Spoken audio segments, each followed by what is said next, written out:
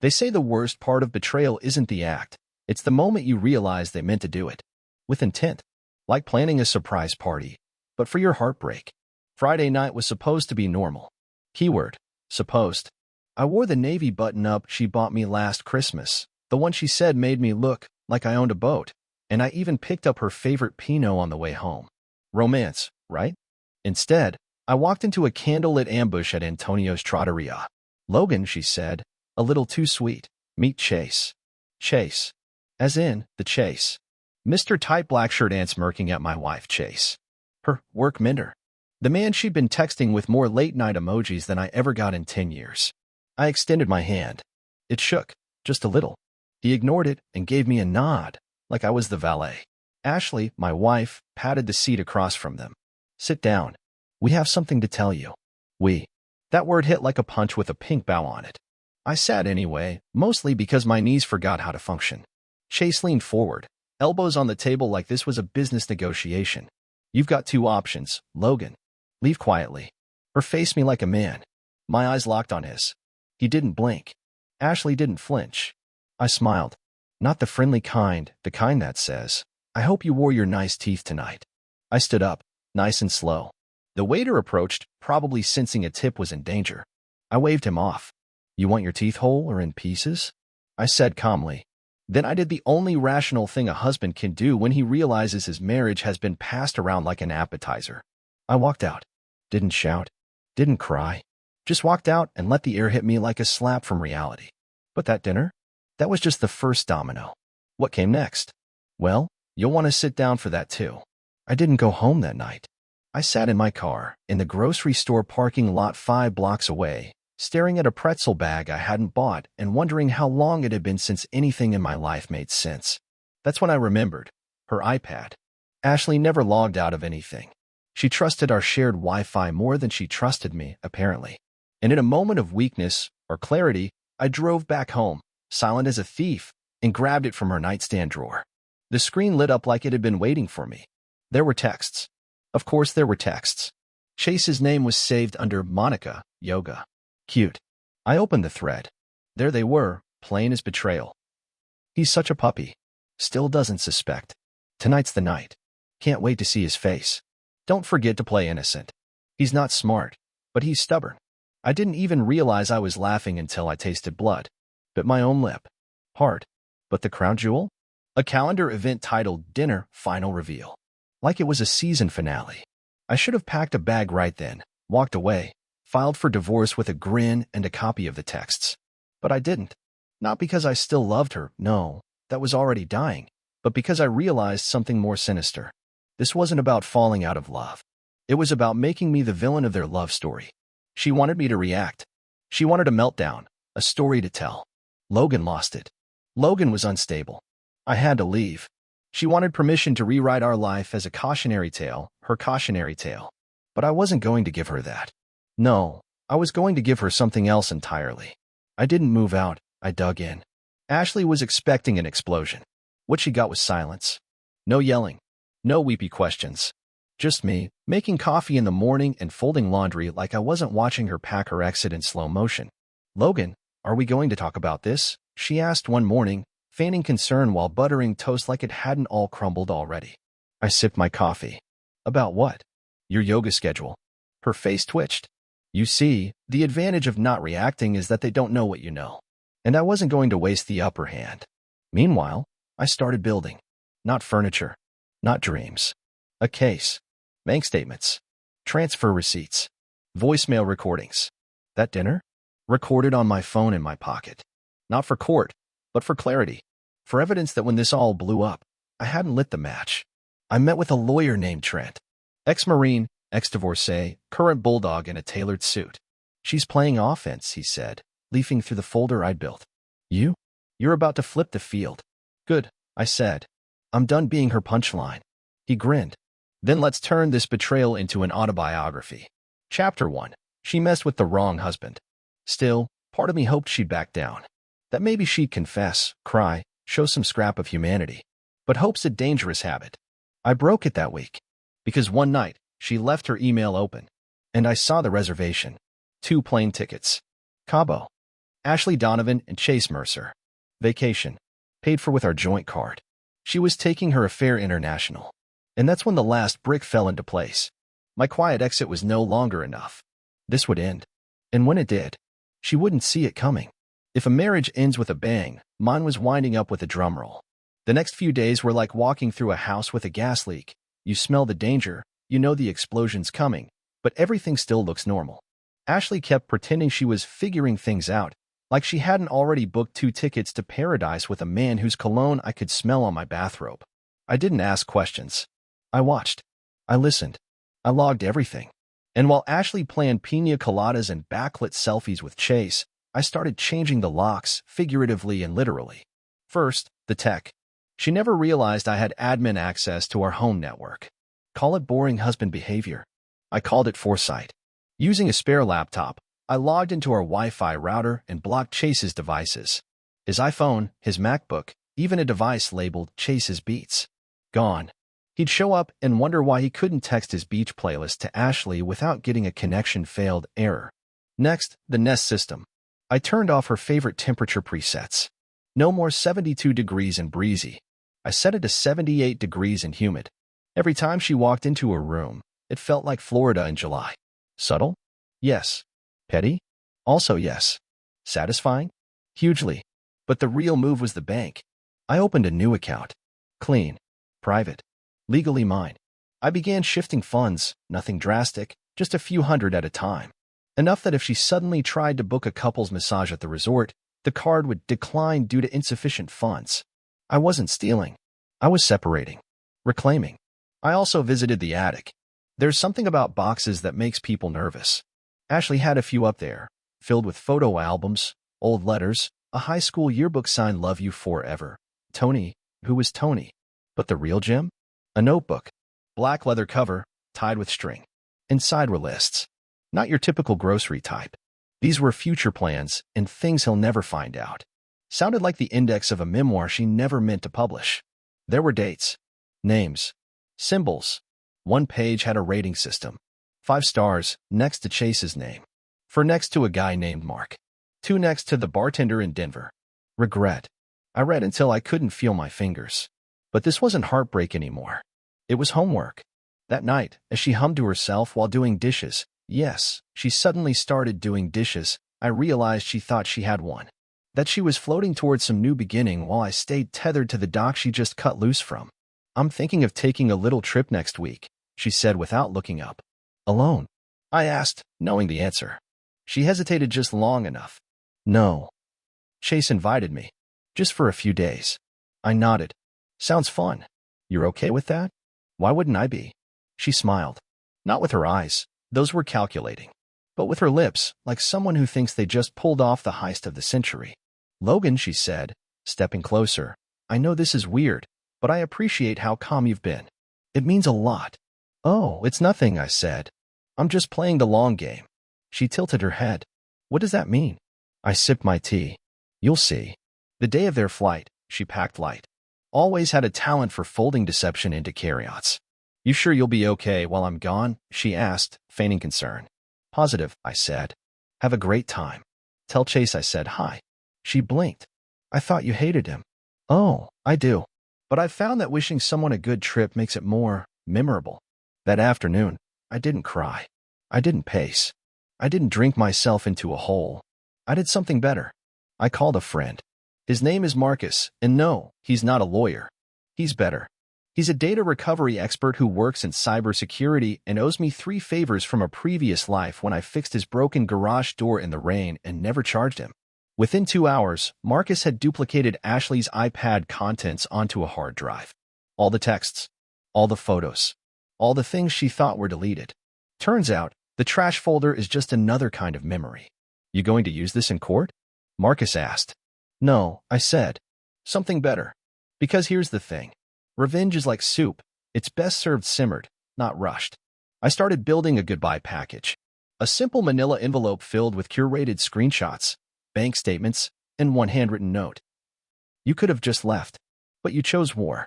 See you soon. L. I left it on the kitchen counter, right where she'd see it the moment she got back. And oh, she would come back. Because Chase? He wasn't who she thought he was.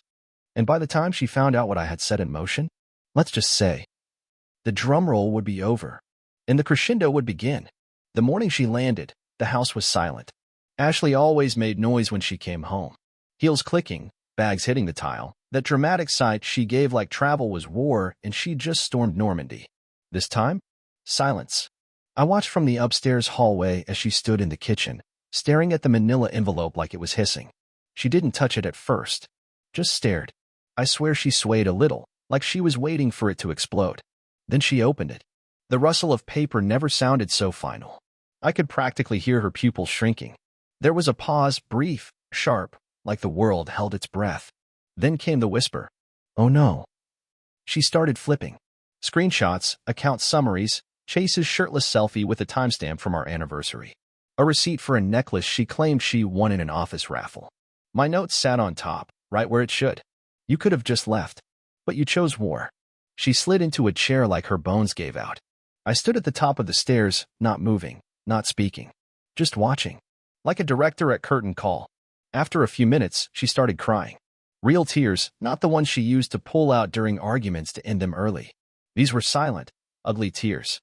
Betrayal turned back at her like a mirror. Then the front door opened. Right on cue. Chase. He walked in all tanned and smug, wheeling a sleek carry-on behind him like a prize he'd won at the fair. Ash, he called out, heading toward the kitchen. You left your sunglasses at the gate. She turned, frantic. Chase, wait, don't. Too late. He spotted the pile. He picked up a photo. The one of them in the hotel mirror. His expression folded inward. What is this? Ashley stammered. It's nothing. Just.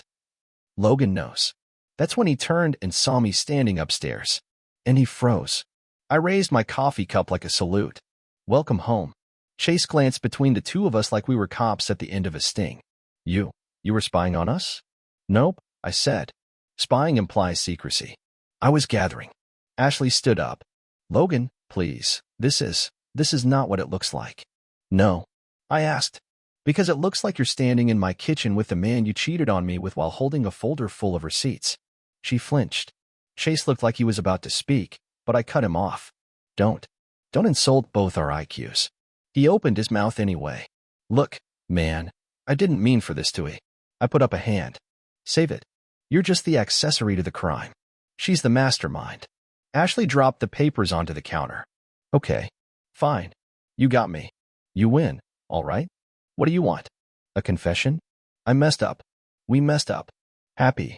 Nope, I said, walking down the stairs slowly. I don't want happy. I want closure. You want a divorce? I smiled. That was filed 2 weeks ago. Her eyes widened. What? You were too busy sipping mango mojitos in Cabo to check your email. She started pacing. No. You can't just file without. Without telling you?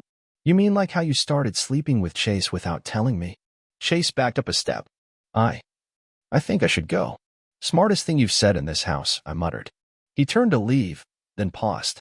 For what it's worth, Logan, she never mentioned you. Not really.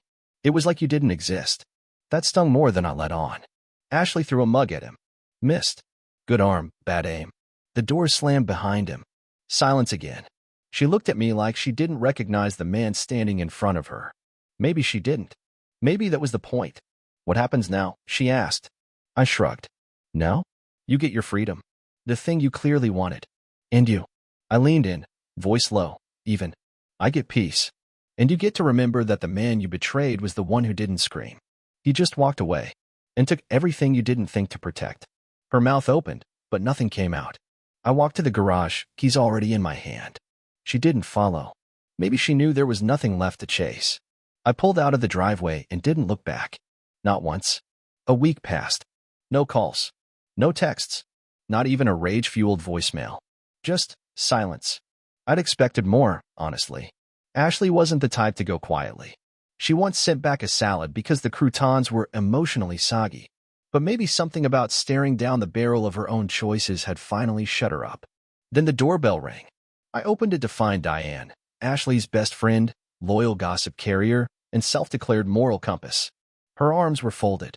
Her lips pursed like she'd sucked on a lemon. Logan, she said, like it hurt her. Diane, I replied. You lost, or just here to moralize? She stepped inside without asking. Ashley's a wreck. Was that the plan? Come here and get me to feel sorry for her. She hasn't eaten, barely sleeps. She thinks you hate her. I don't hate her, I said, shutting the door. Hate implies energy. I'm just done. Diane dropped her purse onto the couch. You humiliated her. By showing her the truth? She says you turned her into a villain in her own life. She is the villain, I said, pouring myself a drink. She just thought the script didn't have rewrites. Diane sat down, crossed her legs, and leaned forward. She didn't think you'd retaliate. That's the thing, I said. I didn't. I just responded. She looked around the house, as if expecting to find signs of chaos. You didn't key his car. You didn't throw her clothes out the window. Nope. I kept my integrity. She lost hers. There was a pause. Then Diane asked, did you ever love her? That one landed. I looked at her, really looked at her, and said, with everything I had. She nodded slowly. She said you were cold. That's why she strayed. I smiled. Not because it was funny, but because it was the classic script. When all else fails, blame the man for not being enough. And what was Chase? A space heater? She needed to feel wanted. I tilted my glass toward her. She could have said that. But instead, she staged a public humiliation like it was dinner theater. Diane's eyes softened. You were a good man to her. Still am. Just not hers anymore. Another pause. You should know, she said, her voice dropping. Chase dumped her. I raised an eyebrow. Really? Found out she had another affair. Before him. With a coworker. Guy named Miles. I blinked. Miles? The intern. She nodded. I laughed. Couldn't help it. So the man she left me for got cheated on by the guy who fetched her coffee. Welcome to karma, Diane said, standing. She's alone now. Says she's trying to find herself. Maybe she'll discover honesty along the way, I muttered. Diane walked to the door, then turned. She asked me to deliver a message. Let me guess. Tell Logan I'm sorry? No, she said. Tell him I hope he's happy now. I walked over, opened the door, and looked her dead in the eyes. Tell her I am. Diane left without another word. That night, I sat on the back porch. The stars were out, clear and smug, like they'd been watching the whole saga unfold with popcorn. I thought of the time Ashley and I danced barefoot in this backyard. Summer, pre-Chase, pre-lies. Her laughter had filled the air like music. Back then, I thought that was forever. Now I knew better. Forever was just the time between red flags and recognition. Still, it wasn't bitterness I felt. It was clarity. She burned the bridge. I built the road out. There's a strange peace that comes after chaos, like your ears ringing after an explosion. You're not quite healed, just aware of everything differently. The silence is an absence. It's a presence, like the calm in your gut when you finally stop waiting for someone to do the right thing. A month passed since Ashley walked out of my life and into her spiral. I didn't see her, didn't hear her, but the ghost of our marriage still lingered. In the junk drawer, in the half-used shampoo bottle, in the slight dent in the couch where she used to sit with her legs tucked under her like a cat. Then one evening, I got a letter. Not an email, not a text. A letter. Real ink. Real paper. The return address was blank, but the handwriting? Hers. Neat. Precise. Like a woman trying to take control again, even if just through font. I stared at it for 10 minutes. Thought about tossing it. Thought about setting it on fire. Instead, I opened it. Logan, I know I'm the last person you want to hear from. I debated writing this at all, but silence feels like another betrayal. You didn't deserve the ending I gave you. You didn't deserve to be treated like a footnote. You were the story. You were always the story. I don't expect forgiveness. I wouldn't give it either. But I want to explain something. Not to excuse myself, but maybe to help you close the book fully. I felt invisible. That doesn't mean you failed. It means I failed at being patient, at being honest, at trusting that temporary discomfort didn't require permanent destruction. Chase wasn't love. He was a spotlight. And I mistook being seen for being valued. And now? I see clearly. Too late, of course. You were never cold. You were safe. You were kind. And I mistook steadiness for stagnation. I'll regret it forever. Not because I lost a marriage, but because I broke the man who never deserved it. You always said you wanted closure. So here it is. I was wrong. I was selfish, and I would give anything to undo it. But I know some damage can't be reversed. So this is goodbye. Not out of anger. Not out of pride. just out of respect for the man who finally walked away from the fire I lit. Be well, Ashley. I read it once. Then again. Then I folded it neatly and placed it in the drawer under the sink. The one with the batteries and rubber bands and other things I didn't use but couldn't throw away. Because that's what the letter was now. A relic. A reminder. A lesson. It didn't make me feel anything new. It didn't soften the past. It just confirmed what I already knew. Sometimes, people don't just betray you. They teach you what not to tolerate. A week later, I got invited to a get-together by a friend from college. Backyard barbecue. Casual, light, nothing serious. The kind of event you go to for the burgers and stay for the small talk. I almost didn't go. Then I did. Because healing isn't just leaving the wreckage. It's stepping into spaces where love might someday live again. I pulled into the driveway, took a deep breath, and walked up. The usual crowd. Laughter. Smells of grilled meat and overcooked corn. Someone handed me a beer. Someone else cracked a dad joke. And then I saw her. Not Ashley. Her. She was by the patio, leaning against a table, sipping lemonade like it was wine. Simple sundress. Hair in a loose braid. Laughing. Not the kind of laugh that's meant to be overheard, but the kind that sneaks out of someone who forgot to be guarded. Our eyes met. She smiled. And in that tiny, flickering moment, something shifted. Not a spark. Not a thunderclap. Just a sense that maybe not every ending is a death. Maybe some are just an exhale. Her name was Nora. She wasn't flashy. She didn't bat her eyelashes or toss clever double entendres across the yard. She just was calm, confident, present.